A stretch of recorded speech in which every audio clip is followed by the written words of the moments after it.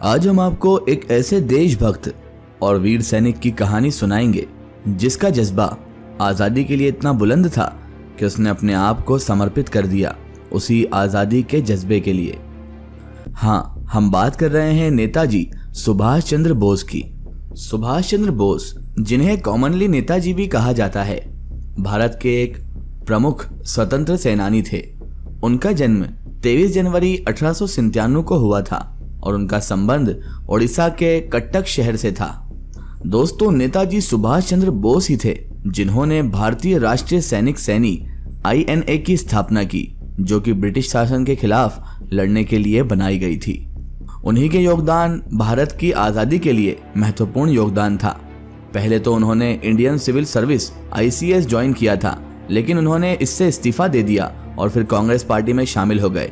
धीरे धीरे उनका भरोसा कांग्रेस पर से भी उठता गया और फिर वो अपने तरीके से आज़ादी हासिल करने में विश्वास रखने लगे।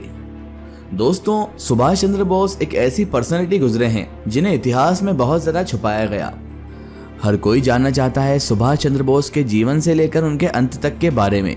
तो आइए हम और आप मिलकर जानते हैं सुभाष चंद्र बोस की उस गाथा को जो लोगों से छुपाई गई। दोस्तों, ये बात है 1897 की, जब 23 जनवरी 1897 को ओडिशा के कटक शहर में एक बच्चा पैदा हुआ जिसके माता पिता समाज सेवक थे और उसी बच्चे का नाम रखा गया सुभाष चंद्र बोस।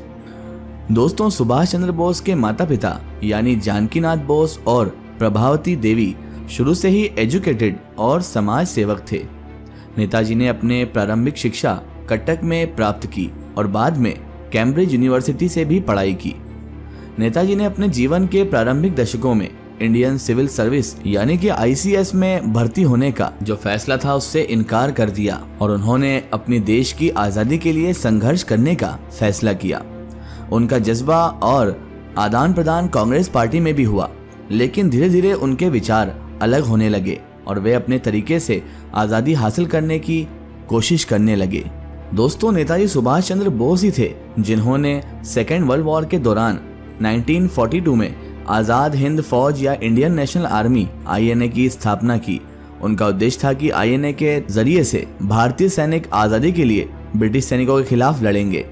नेताजी ने अपने आज़ादी के लक्ष्यों को पाने के लिए जापान के साथ सहयोग किया। उन्होंने जापान के समर्थन में भारतीय आज़ादी सेना को भी बनाया। नेताजी ही थे जिन्होंने जय हिंद को आज़ाद हिंद फौज की पहचान बनाया। ये नारा उनके सैनिक और उनके अनुयायियों के बीच में एकता और देशभक्ति का प्रतीक बन गया।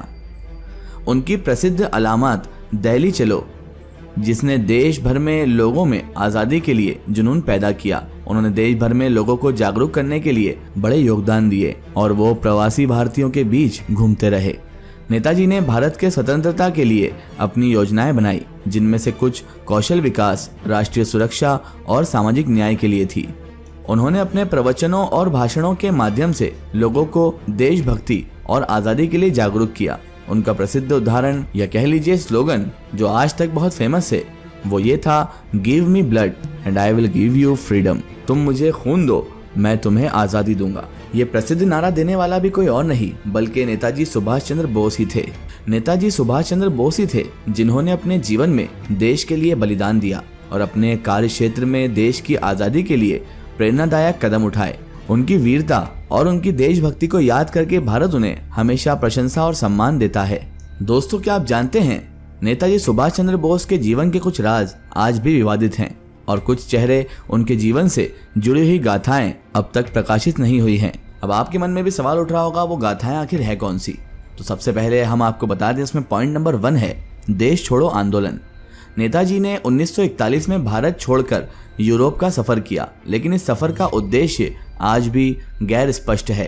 कुछ कहते हैं कि उनका मकसद था आज़ादी के लिए सहयोग हासिल करना, जबकि कुछ कहते हैं कि वो भारत से दूर रहकर भी अपने देश के लिए काम कर रहे थे। नंबर 2 पॉइंट है रेंकोजी टेम्पल की मुख्य एक शक्ति। रेंकोजी टेम्पल टोक्यो में एक स्थल है जहां कहा जाता है कि नेताजी की अस्थियां रखी गई हैं, लेकिन इस स्थल का भी कुछ हिस्सा अब तक खोला नहीं गया है और ये एक और राज बन गया है। नंबर 3 पर है रशिया के आर्काइवल डॉक्यूमेंट्स।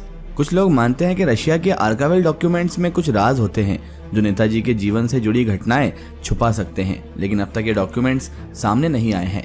नंबर 4 पर है डिप्लोमेटिक एफर्ट्स। नेताजी ने अपने जीवन में कई देशों से सहयोग हासिल करने की कोशिश की थी, जैसे कि जर्मनी, जापान और इटली। उनके इस कार्यक्रम में कुछ राज आज भी विवादित हैं। और इसके अलावा दोस्तों, सबसे बड़ा राज तो नेताजी सुभाष चंद्र बोस जी की मौत का राज है।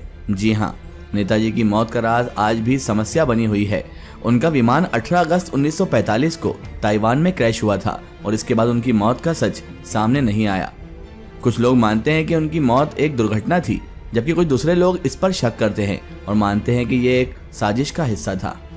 दोस्तों, कुछ लोग मानते हैं कि नेताजी की मौत एक साजिश का हिस्सा थी और जो जापान या अन्य देशों के अधिकारियों द्वारा उन्हें मारा गया था। ताइवान की सरकार ने दुर्घटना के चलते नेताजी के मरने का कारण बताया था।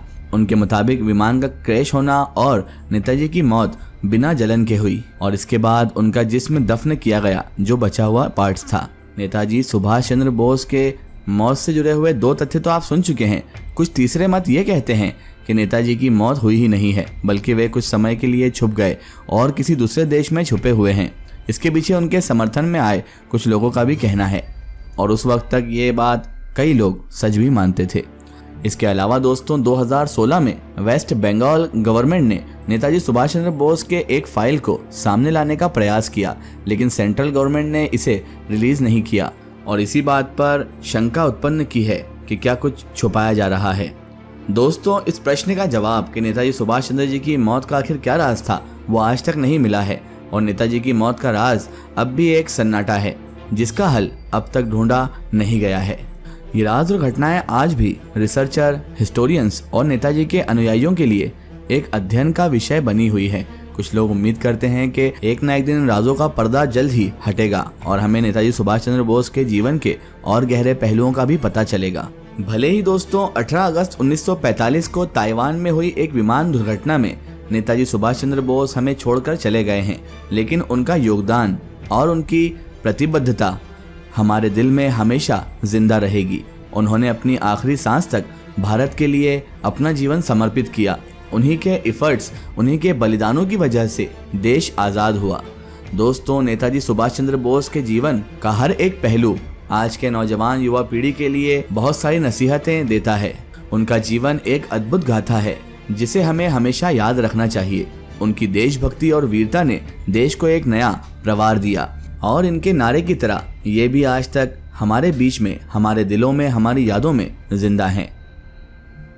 दोस्तों, आपकी इस बारे में क्या राय है, हमें कमेंट सेक्शन में जरूर बताइएगा। फिलहाल आज की हमारी वीडियो को हम यहीं पर एंड करते हैं। अगर ये वीडियो आपको पसंद आई है तो इसे कम से कम 10 लोगों तक जरूर भेजें और हमारे चैनल SD लाइव टीवी को सब्सक्राइब करना बिल्कुल ना भूलें। पास में दिए गए बेल आइकन को प्रेस कर दें ताकि आने वाली हर नई वीडियो की नोटिफिकेशन आप सब तक पहुंचती रहे। जय हिंद, वंदे मातरम।